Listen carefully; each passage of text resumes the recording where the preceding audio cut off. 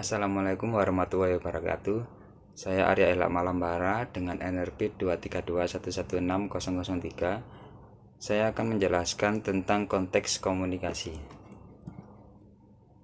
Pengertian dari konteks komunikasi menurut Richard West dan Lynn H. Turner dalam buku Introduction Communication Theory Analysis and Application.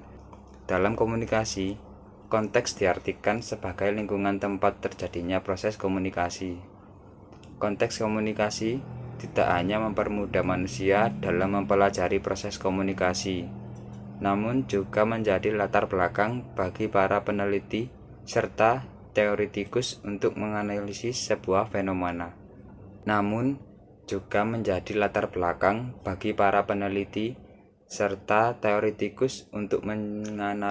sebuah fenomena. Jenis konteks komunikasi. Yang pertama, komunikasi intrapersonal atau intrapribadi. Dikutip dari buku Pengantar Ilmu Komunikasi 2016, karya Hafid Changra. Komunikasi intrapersonal adalah proses komunikasi yang terjadi dalam diri individu atau proses komunikasi dengan diri sendiri. Contohnya, komunikasi intrapribadi saat mempertimbangkan suatu hal dalam mengambil keputusan secara individu.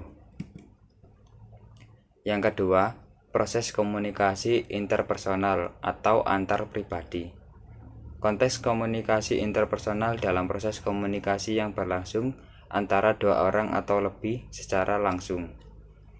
Contoh, komunikasi interpersonal antara pasien dengan dokter, orang tua dan anak, kakak dengan adik, guru dan siswa, serta dosen dengan mahasiswa.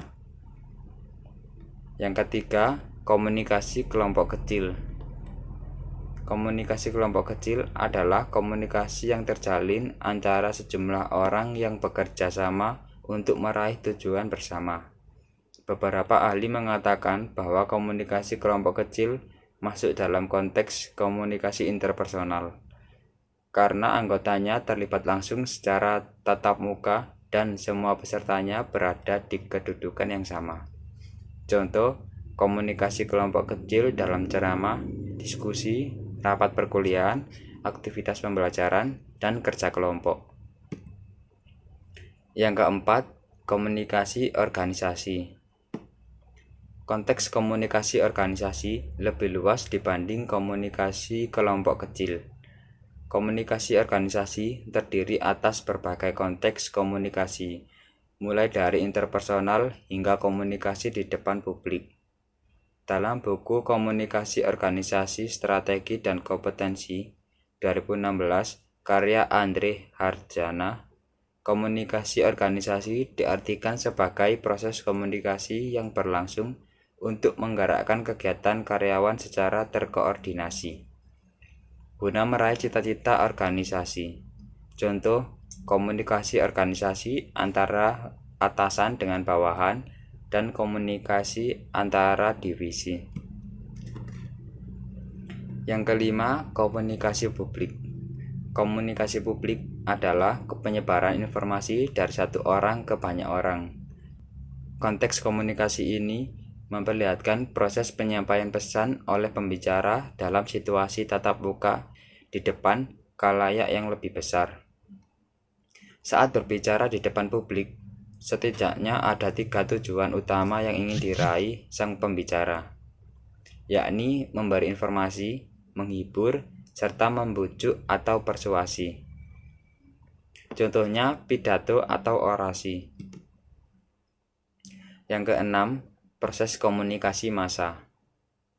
Proses komunikasi massa adalah proses komunikasi yang bertujuan antara komunikator yang melembaga dengan khalayak massal lewat alat bersifat mekanis seperti radio, televisi, koran, dan film. Contoh komunikasi massa dalam penyampaian berita di televisi dan penyampaian pesan lewat film. Dan yang terakhir, yang ketujuh, komunikasi lintas budaya. Konteks komunikasi lintas budaya adalah proses komunikasi yang terjadi antara individu dengan individu atau kelompok dengan kelompok yang punya latar belakang budaya berbeda. Lain halnya dengan konteks komunikasi sebelumnya. Komunikasi lintas budaya menjadi satu-satunya konteks komunikasi yang membahas serta melibatkan budaya. Contohnya, komunikasi lintas budaya antara orang Jawa dengan Medan, serta komunikasi antara orang Indonesia dengan Amerika. Sekian untuk presentasi dari saya. Wassalamualaikum warahmatullahi wabarakatuh.